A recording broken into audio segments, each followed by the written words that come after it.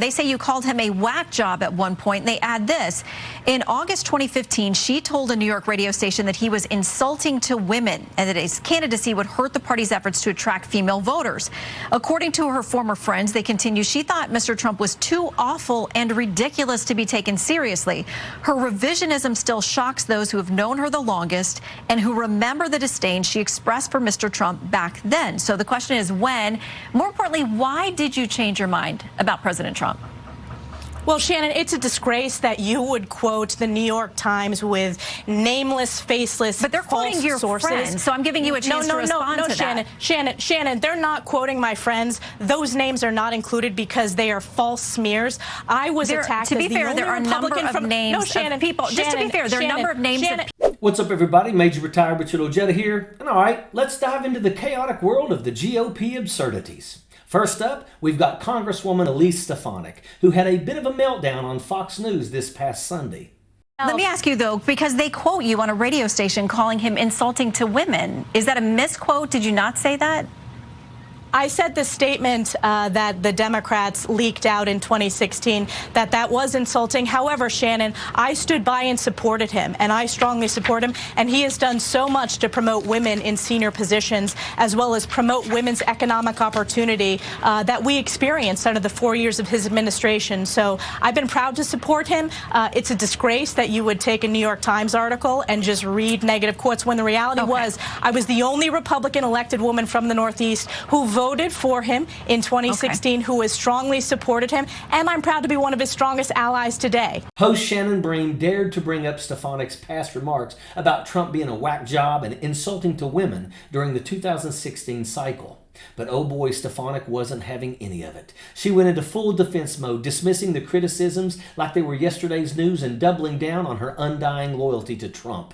Classic GOP move, right? Yeah. When in doubt, just deflect and pivot. But wait, it gets even crazier. Enter Royce White, the GOP's endorsed Senate candidate, with a loyalty to Trump so fierce it's almost cult-like.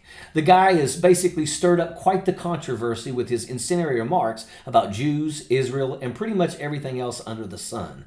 I mean, seriously, who goes around calling themselves an anti-Semite, blackface, and extremist all in one breath?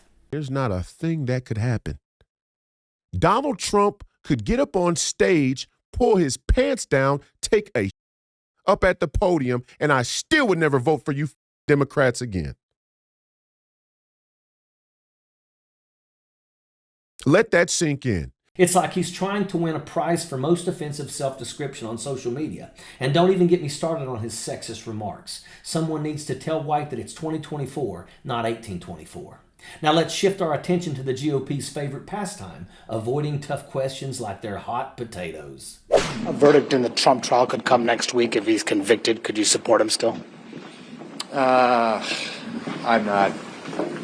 We'll see how the trial comes out. I'm not weighing in on that. Did you rethink your support for him? No. I mean, we're still dealing with the policy issues here. At the end of the day, we're still dealing with what's best for our economy, how do we deal with immigration, and all the policy issues still matter on what this. about, character, being a convicted felon, etc.? 100%. I mean, I've said often that I want to be able to have people that are role models and leaders and all those things as well. For me, the policy issues are going to matter significantly.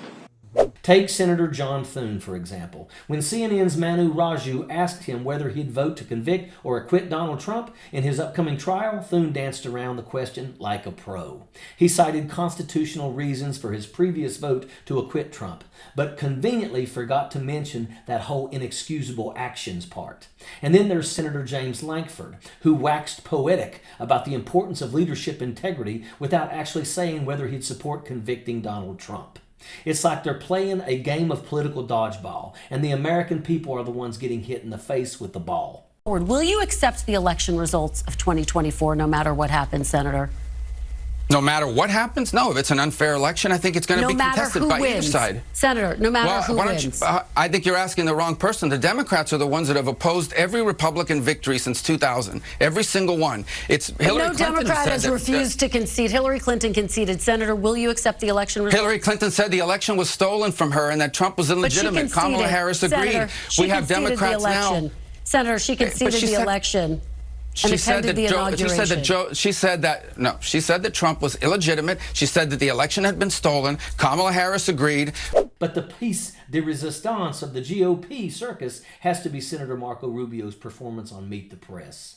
When asked if he'd accept the outcome of the 2024 election, Rubio went on a passionate tirade about fairness in contested elections, completely sidestepping the question like it was a landmine. It's like watching a master class in political deflection, folks. Rubio even had the audacity to blame Democrats for not accepting past Republican victories, as if that somehow justifies his refusal to commit to accepting future election results. Talk about gaslighting. So there you have it, folks. The GOP circus is in full swing, with Stefanik's tantrums, White's extremism, Thune's dodges, Lankford's rhetoric, and Rubio's deflections all on display for the world to see. It's enough to make you want to grab some popcorn and watch the madness unfold. But amidst all the chaos, let's not forget the serious implications of these absurdities. The GOP's refusal to confront reality and uphold democratic principles is no laughing matter. It's time for Americans to wake up and hold these clowns accountable before it's too late. And that is an absolute fact. Sappers clear the way, airborne all the way.